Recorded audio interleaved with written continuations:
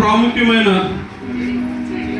దేవుని భక్తులలో ఒక భక్తుడు ఏలియా. ఆయన వద్ద నా యజమానుడైనటువంటి ఎలీషా ఎంతో తర్ఫీదు పొందాడు. ఏలియా తర్వాత ఎలీషా గారు ఎలాగో అలాగే నేను కూడా ఎలీషా గారి దగ్గర తర్ఫీదు పొందాను.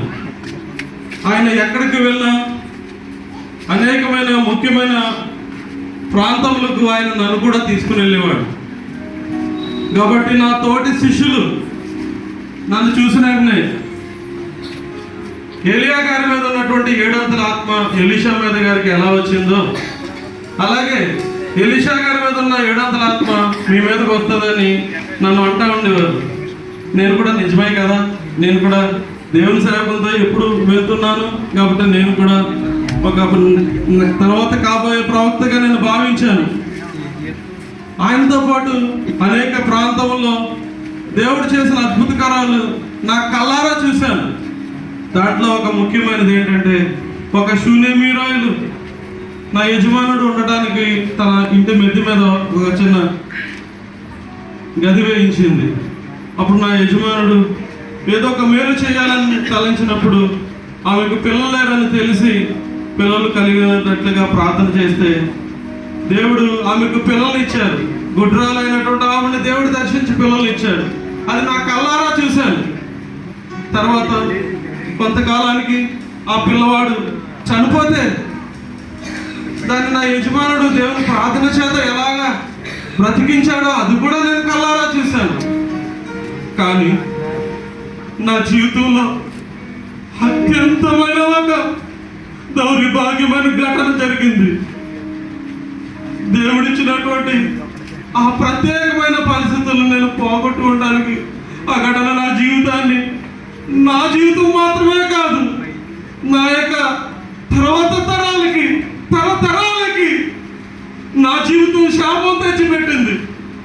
దానికి నేను చేసినటువంటి మూర్ఖపు కార్యమే దానికి కారణం. ఆ దినాలు ఆ దారుణమైన దినాలు సిరియా సైన్యాధిపతి అయిన నయమాన్ గారు వచ్చారు. నయమాన్ గారు వచ్చినప్పుడు నా యజమానుడు ఆయనకు వర్తమానం పంపగా ఆయన యోర్దాను నదిలో 7 మార్లు మునగగా ఆయన శుద్ధుడయ్యాడు. శుద్ధుడై తిరిగి నా యజమాని దగ్గరికి వచ్చి ధనాన్ని బట్టలను విలువైనవి ఇస్తానంటే నా యజమానుడు వద్దనగా నాకు అప్పుడే వాటి మీద నాకు మనసు కలిగింది. ఆ క్షణమే నేను నా మనసులో తప్పు చేశాను. అయ్యో, ఈ లోకపు సంబంధించినటువంటి ధనాల మీద నా మనసు ఉండకూడదు కదా అనేది నేను ఆలోచించలేకపోయాను. ఆ యొక్క సిరియా సైన్యాధిపతి అంట పరిగెట్టి రథము గురించి పరిగెట్టి రథముతో పాటుగా పరిగెత్తి నేను అబద్ధము చెప్పి వెండిని మరలా బట్టలను తీసుకున్నాను. తీసుకొచ్చి నా యొక్క గృహంలో పెట్టుకున్న తర్వాత ఎలీషా గారు అడిగినప్పుడు కనీసం అప్పుడైనా నేను నిజం చెప్పవలసింది. నేను క్షమించబడుతును, ఈ ఘోరమైన శిక్ష నుంచి తప్పించబడుతును. దేవుడు నాకు ఇచ్చిన ఆ అవకాశాన్ని కూడా పాడు చేసుకున్నాను. దేవుడు నాకు అవకాశం ఇచ్చాడు. అప్పుడు ఆయన పాదాల మీద పడి యజమాని దగ్గరికి అయ్యా నేను చేసిన తప్పు అని చెప్పుంటే ఎంత బాగుండేది.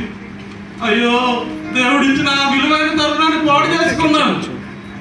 కాబట్టి నా యజమాని చేతిలో శపించబడ్డాను. ఆ సిరియా సైన్యాధిపతి అయిన నయమానికి పోయినటువంటి కుష్ఠరోగాన్ని, వేరే ఒకరు పోగొట్టుకున్న కుష్ఠరోగాన్ని నేను పొందుకున్నాను. నెక్స్ట్ తర్వాత ప్రవక్తగా ఉండవలసిన నేను కనీసం ఇశ్రాయేలీలో ఒక్కడిగా ఉండటానికి కూడా అవకాశం కోల్పోయి ఊరు చివరన ఆ యొక్క కుష్ఠరోగుల మధ్య కుష్ఠరోగిగా జీవిస్తున్నాను. నా తరాలకు కూడా నేను, నా తర్వాత వారికి కూడా నేను ఈ కుష్ఠరోగాన్ని చేస్తున్నానే.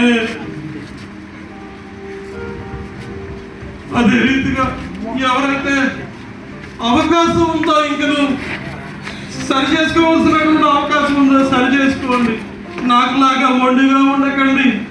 వచ్చిన అవకాశాన్ని సద్వినియోగం చేసుకోండి.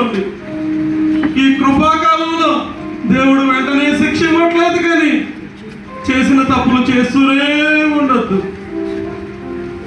నాకులాగా ఉండి శిక్ష తెచ్చుకోకండి. తరుణం ఉండగానే మీరు మార్పు చెందండి.